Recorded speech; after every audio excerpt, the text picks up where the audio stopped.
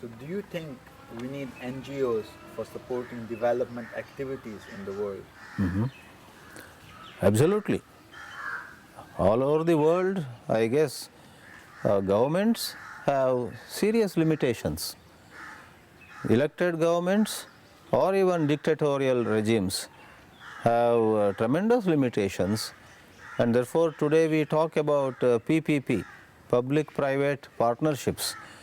In our country, India, the central government recently has launched some programs where about half of the work they are going to do on their own, with their machinery, with their personnel, with their executives, and another half of the work they are doing in the PPP mode, public-private partnership.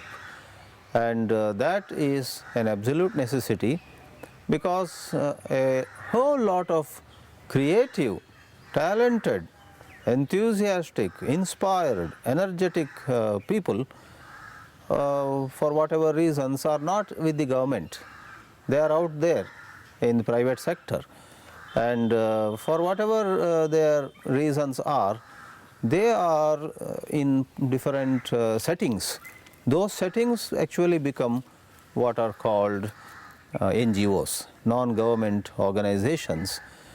Those people, because of some mindsets, I suppose, would not like to work in the government, for the government.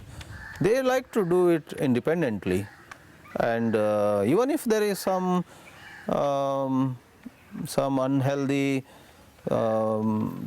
emotion or spirit about it, doesn't matter, but they are the people who are able to deliver goods. So what I mean is, let's say, as an example, somebody is arrogant and anti-government for whatever reasons, good or bad reasons. To be like that is not desirable. This is only an example. There are varieties of cases where people work in NGOs and not with the government. But as an example, here is a person who has some reservations with the government, anything to do with government. But he is a wonderful worker. In fact, he is a good leader. He, left to himself, given the space, can do wonders. And therefore, an international body like United Nations or World Health Organization, some international aid agencies of various countries, let's say, they would like to see something good happening in some part of the world. They will definitely do well to approach NGOs. The NGOs can deliver the goods which many times governments cannot.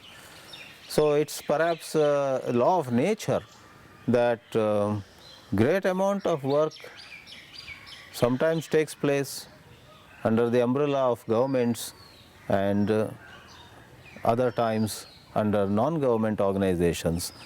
I call it law of nature because in nature there is diversity, there is variety. Variety is the spice of life, they say. So to think that, oh, NGOs alone can uplift this world would be one extreme view, and equally so, governments are our only hope would be another extreme view.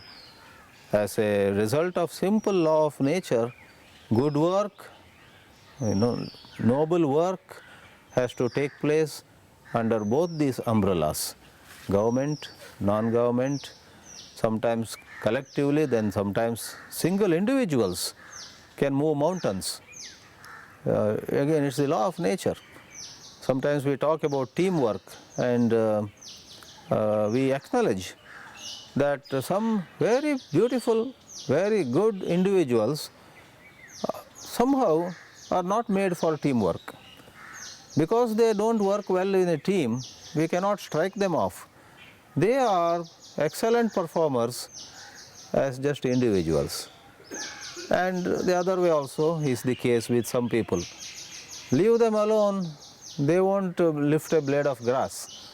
But put them in a team, they shine.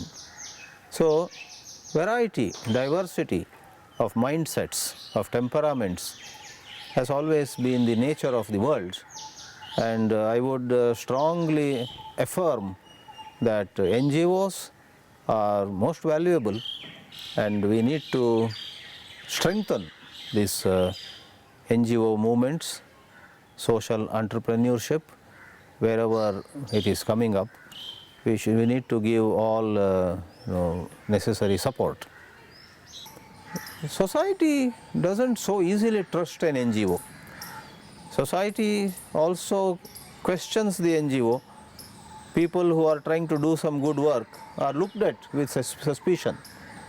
Whereas, not that government enjoys great amount of faith or confidence of people, people at least know that we have elected these representatives. At least to get elected again, they will do something for us. So, I guess NGOs have a hard time before them until they win the goodwill of people. So initially, I think NGOs have a very, very uphill task. Once they establish themselves, perhaps the society goes out of its way to help the NGO, and there onward the journey can be relatively easier. Never easy forever. It should not be easy forever also. It should always be a bit challenging. If the challenging part is gone, I think there is no fun then.